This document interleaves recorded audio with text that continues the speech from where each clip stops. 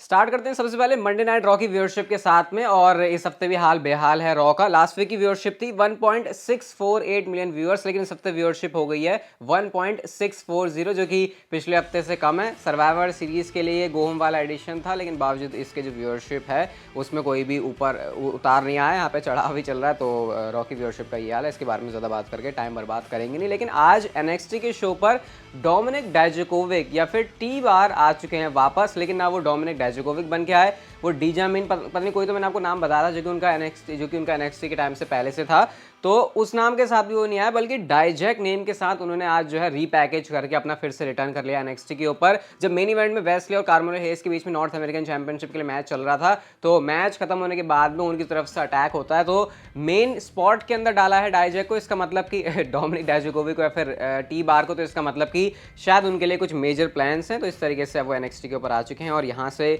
उम्मीद करेंगे कि उनके साथ जो स्टोरी लाइन है वो अच्छी चले। क्योंकि अगर मैंने प्रोमो के हिसाब से तो सही में इतना कभी डोमिनिक डाइजाकोविक को ऐसा हाई रेट किया भी नहीं, लेकिन उनकी जो रेसलिंग स्किल है उस साइज के साथ में जो उनके मूव्स हैं वो काफ़ी अलग ही लगते हैं, सबसे यूनिक लगते हैं। तो आई थिंक उस हिसाब से फिर उनके साथ चीज़ें कुछ अच्छी होनी चाहिए NXT के ऊपर। NXT पर जा रहे हैं तो आई थिंक चीज़ें अच्छी हो भी जाएंगी। नेक्स्ट गाइस, सेथ रॉलिंस के कैरेक्टर की बात करते हैं। तो लाइव इवेंट के अंदर तो सेथ रॉलिंस को कई बार फेस सुपरस्टार की तरह देखा गया, जिसके बाद ऐसा बोला गया कि वो बेफेस सुपरस्टार ही रहेंगे मेन रोस्टर के ऊपर भी। लेकिन फिर उन्होंने मंडे नाइट रॉ के ऊपर कोडी रोड्स के ऊपर शॉट ले लिया था, जो कि एक बेफेस सुपरस्टार है। तो ऐसे में क्या सेथ रॉलिंस हील है या फिर फेस हैं? तो अकॉर्डिंग टू डेव मेल्जर, जो सेथ रॉलिंस का कैरेक्टर है वो इंटरनली मंडे नाइट रॉ के रोस्टर के ऊपर एक बेबी फेस की तरह है, मतलब कि वो फेस की तरह ही काम करने वाले हैं आने वाली स्टोरी लाइन के अंदर। लेकिन अगर आप अभी देखो तो सेथ रॉलिंस को देख के जैसे वो बातें बोलने लग तो नहीं रहा, ऐसे तो पता नहीं कुछ वियर्ड सा ही चल रहा है सेथ रॉलिंस के साथ में। बट फिलहाल इंटरनली उनको बेबी फेस लिस्ट किया, हो सकता है 1-2 हफ्ते के अंदर पूरा जो ट्रांजिशन है सेथ रॉलिंस का हील से एक फेस सुपरस्टार के लिए, शायद वो आपको दिखाई दे सकता है। नेक्स्ट गाइस, बात करते हैं उस रिटर्न के बारे में जो कि एक्सपेक्टेड तो नहीं होगा आपको, लेकिन सर्वाइवर सीरीज के अंदर होने वाला है। रिटर्न भी होगा या फिर नहीं कुछ कह नहीं सकते, क्योंकि अंडरटेकर और उनकी वाइफ मिशेल मैकोल दोनों ही सर्वाइवर सीरीज वॉर गेम्स के अंदर अटेंडेंस में होने वाले हैं, जिसका मतलब कि ये दोनों फीचर होंगे। मैं ये तो एक्सपेक्ट नहीं कर रहा कि टेलीविजन के ऊपर भी अंडरटेकर का कोई रोल होगा, क्योंकि अब वो डन हो चुके हैं। उन्होंने कहा मेरे को जितना करना था मैं कर चुका, और इसके बाद आई थिंक अगर वो कुछ करवाएंगे भी अंडरटेकर से तो वो बहुत ज़्यादा स्ट्रेच करने वाली बात होगी। तो छोटी सी अपडेट है कि अंडरटेकर और मिशेल मैकोल दोनों ही सर्वाइवर सीरीज वॉर गेम्स में अटेंडेंस में होंगे। अभी मैंने आपसे कहा कि सेथ रॉलिंस ने जो है शॉट लिए मंडे नाइट रॉ के ऊपर कोडी रोड्स के ऊपर, तो इस पर जवाब देने के लिए खड़े हो गए डस्टिन रोड्स का ट्वीट आया था मंडे नाइट रॉ के टाइम पर ही, जहां पर वो सेथ रॉलिंस को हे सेथ रॉलिंस टैग करते हुए मिडिल फिंगर दिखा रहे हैं। अब ऐसा उन्होंने इसलिए किया ऑब्वियसली क्योंकि कोडी रोड्स के बारे में सेथ रॉलिंस ने किया था कि सेथ रॉलिंस ने कोडी के बारे में ये कहा था कि मैंने जो कोडी का हाल किया था थेरी, मैं तेरा भी वही हाल कर दूंगा, तो इसलिए तू दूर रहे। तो इसी बात के ऊपर ही रिप्लाई था। अब आज जो है सेथ रॉलिंस का इसके ऊपर भी रिप्लाई आ गया और वो कह रहे भाई तू अपना देख ले, वो कह रहे वॉच योर सेल्फ गोल्डी। अब वैसे सेथ रॉलिंस डस्टिन रोड्स के साथ जाके तो कुछ कर नहीं सकते, क्योंकि ऑब्वियसली वो WWE प्रमोशन के अंदर नहीं है, लेकिन ये इनके बीच में कुछ एक्सचेंजेस चल रहे हैं। और ये जो ट्विटर के ऊपर लोग हैं ना, जब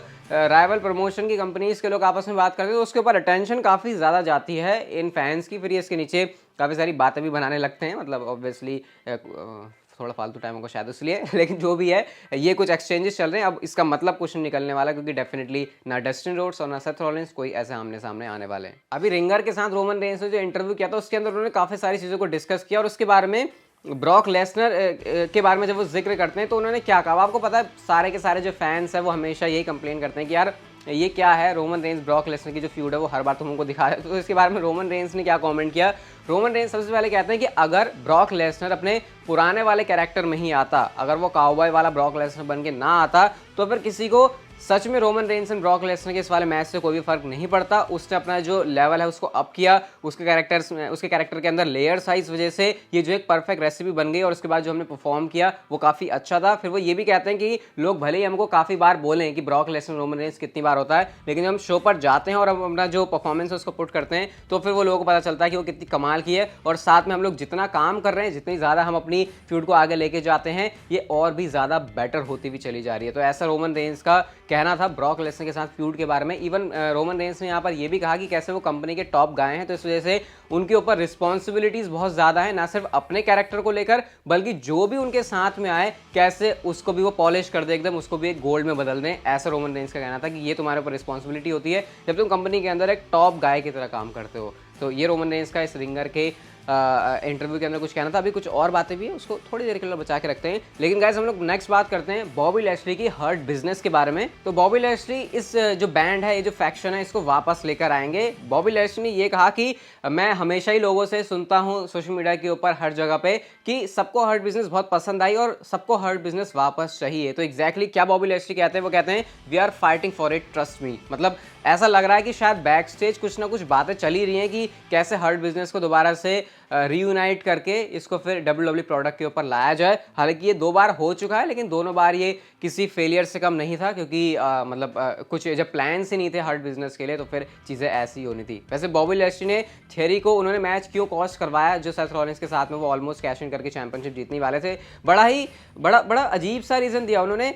मतलब ऐसा लग रहा है कि रीज़न कुछ है नहीं, लेकिन बॉबी लैशली ने रीज़न बना दिया। रीज़न तो ऑब्वियसली यही है कि ऐसे WWE को ये ट्रिपल थ्रेट 3 वे वाली फ्यूड करनी होगी। लेकिन बॉबी लैशली ये कहते हैं कि वो बंदे से को मैं नहीं बिल्कुल भी अलाउ कर सकता था कि वो मेरी चैंपियनशिप स्टील कर ले। अब भाई बॉबी लैशली, तुम्हारे पास तो पहले से चैंपियनशिप नहीं है, तो कैसे तुम्हारी चैंपियनशिप स्टील हो रही है। लेकिन ये एक एक्सप्लेनेशन दिया बॉबी लैशली ने कि उन्होंने क्यों थियरी को मैच में कैश इन सक्सेसफुली नहीं करने दिया। बड़ा अजीब सा रीज़न है, बट जो भी है ऐसा ही है। और ये रीज़न था कि बॉबी लैशली क्यों थियरी के पीछे पड़े थे और उन्होंने उनको चैंपियनशिप नहीं जीतने दी। अभी ट्विटर के ऊपर एक ट्वीट आया था जिस पर ये पूछा जाता है फैन से, या फिर ऐसा लिखा जाता है कि क्या ब्रूनो सैमर्टिनो का जो 2800 से भी दिनों का ज़्यादा का रेन है, क्या रोमन रेंस उसको पीछे छोड़ सकते हैं। ऐसा जो है ये एक तरीके से डिबेट शुरू करने के लिए फिर जो भी है कुछ, ताकि फैंस इसके नीचे कमेंट करें। तो यहाँ पे अलग अलग तरीके के कमेंट्स दिख जाएंगे आपको। जैसे आप ये वाला कमेंट देखो कि अगर रोमन रेंस ब्रूनो सैमर्टिनो के रिकॉर्ड को पार कर लेता तो फिर रोमन रेंस कैसा दिखेगा, ऐसे यहाँ पर दिखा रहे हैं। हालांकि मेजोरिटी जो है वो ना ही कर रही है कि आज के टाइम में ये हो पाना मुश्किल है कि 2800 दिनों से ज़्यादा रोमन रेंस अपना रेन लेके जाएंगे, अभी जो 800 दिनों के आसपास ही चल रहा है। वैसे गाइस मैं आपको बता देता हूँ, रोमन रेंस ने इसके बारे में भी कॉमेंट किया कि क्यों अब के टाइम पे ये चीज़ करना पहले के टाइम से ज़्यादा मुश्किल है। वो कहते हैं कि अब लोगों का जो अटेंशन टाइम स्पैन है वो बहुत कम हो गया है। मतलब ज़्यादा टाइम तक वो किसी चीज़ को नहीं देख सकते, उनको हमेशा नई नई चीज़ चाहिए। तो इस मॉडर्न एरा के अंदर भी मैं इतने टाइम तक चैंपियनशिप अपने पास कैरी कर रहा हूँ बिना चैंपियनशिप हारे, ये ऑलरेडी काफ़ी बड़ी बात है। तुम भूल जाओ पुराने ज़माने ब्रूनो सैमर्टिनो फिर होगन ने क्या किया था। आज के टाइम में थिंग्स बहुत ज़्यादा डिफरेंट है और मैं इस बात से बिल्कुल अग्री करता हूँ। हाँ, नंबर्स के हिसाब से रोमन रेंस शायद ही उस रिकॉर्ड तक कभी पहुँच पाएंगे, लेकिन अगर आप वैसे देखो कि अभी के टाइम में भी फैंस को एंटरटेन करते हुए कैसे अपने रेन को रोमन रेंस आगे लेके जा रहे हैं, वो सच में अपने आप में एक कमाल की बात है। वैसे आपका इसके ऊपर क्या कहना है, मुझे आप लोग कमेंट सेक्शन के अंदर बता सकते हो। तो इतने टाइम से रैंडी ऑर्टन का क्या स्टेटस है, क्या उनके साथ चल रहा है, उसके बारे में हमको कुछ भी नहीं पता था। लेकिन कर्ट एंगल ने रेसलिंग इंक को इंटरव्यू देते हुए इस बात को रिवील किया कि एक्चुअल में क्या हुआ है रैंडी ऑर्टन के साथ में। तो वो ये कहते हैं कि देखो, जो तुम्हारी बैक है ना, वो सारी चीज़ों को कंट्रोल करती है। अगर तुम्हारी बैक में दर्द हो रहा है तो उसमें तुम कुछ भी नहीं कर सकते। और मैं तुम्हें एग्जाम्पल देता हूँ, जैसे अभी रैंडी ऑर्टन के साथ हुआ, वो भी कुछ नहीं कर सकता। अभी भी उसकी जो है सर्जरी हुई है, मतलब जब उस सर्जरी के टाइम के पूरे पीरियड के बारे में कर्ट एंगल बात कर रहे हैं कि बैक कितनी ज़्यादा इंपॉर्टेंट होती है और तुमको अफेक्ट करती है एज प्रो रेसलर। तो यहाँ पे तो बैक के बारे में बात करें, लेकिन ये क्लियर हो गया कि रैंडी ऑर्टन को बैक में प्रॉब्लम है और उनको बैक की सर्जरी के थ्रू ही जाना पड़ा है। ये सर्जरी आई थिंक कुछ टाइम पहले हुई है, तो ये अभी की बात नहीं लग रही है, ये कुछ टाइम पहले की है। शायद ये भी हो सकता है कि रैंडी ऑर्टन अब फिट होने की कगार पर भी आ गए हों, ऑलमोस्ट वो फिट भी हो गए हों, ऐसा है। लेकिन ये क्लियर है कि रैंडी ऑर्टन को बैक में इशू था और उनकी जो बैक की है वो सर्जरी करी गई, क्योंकि कर्ट एंगल ने कुछ ऐसा अंदर से बता दिया। वैसे तो इधर उधर से कहीं से भी नहीं पता चल रहा था, लेकिन अभी पता चल गया। एंड होपफुली जो रैंडी ऑर्टन है वो जल्दी से वापस आ जाएं। अब रिसेंटली आपने WWE के प्रीमियम लाइव इवेंट के अंदर चेंज देखा होगा कि हमें इंडिया में जैसे संडे को होता है, संडे को यूएस के अंदर हुआ तो हमें मंडे को देखने को मिलता है, फिर अगर उधर सैटरडे को होता है तो यहाँ पर संडे को होता है। तो ऐसा क्यों हो रहा है, सैटरडे को उनके टाइम के हिसाब से क्यों ये जो डे है वो शिफ्ट किया। तो निक खान ने इसके बारे में ये कहा कि हम कोई भी शो करवाने से पहले देखते हैं कि उस अराउंड क्या वहाँ पे चल रहा है, कि कोई और स्पोर्ट्स एक्टिविटी या फिर ऐसा कुछ जो कि हमारे बिजनेस को कुछ हैम्पर कर सकता है। ऐसा अगर कुछ है तो फिर हम अपनी जो डेटा उसको आगे बढ़ा लेते हैं। और ऐसा हमने करके देखा है कि हमें ये जो हमने किया है अभी तक, अगर एक्सपेरिमेंट कहो या फिर से जो भी बोलो, ये काफ़ी सही रहा है। तो इस वजह से आने वाले टाइम में भी आपको सैटरडे के अंदर काफ़ी सारे WWE के शोज़, प्रीमियम लाइव इवेंट देखने को मिलेंगे। और